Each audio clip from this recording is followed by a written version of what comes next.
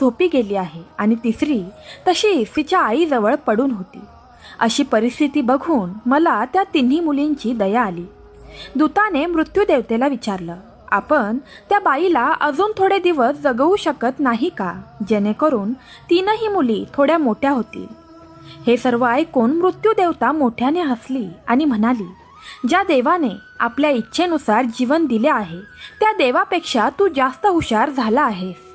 देवाला सर्व माहिती असतं तरीही तू असं कसं बोलू शकतोस. याची तुला शिक्षा होईल आणि ती शिक्षा म्हणजे तुला पृथ्वीवर फेकून दिले जाईल आणि तू तुझ्या या मूर्खपणावर तीनदा हसल्याशिवाय परत येऊ शकणार नाहीस. मग देवदूताला जमिनीवर फेकण्यात आले. तिथे एक चपरासी व्यक्ती उबदार कपडे आणि ब्लँकेट घेण्यासाठी बाजारात जात होता. वाटेत त्याला एक माणूस नग्न अवस्थेत दिसला. तो दूतच होता. त्याला त्या व्यक्तीची खूप दया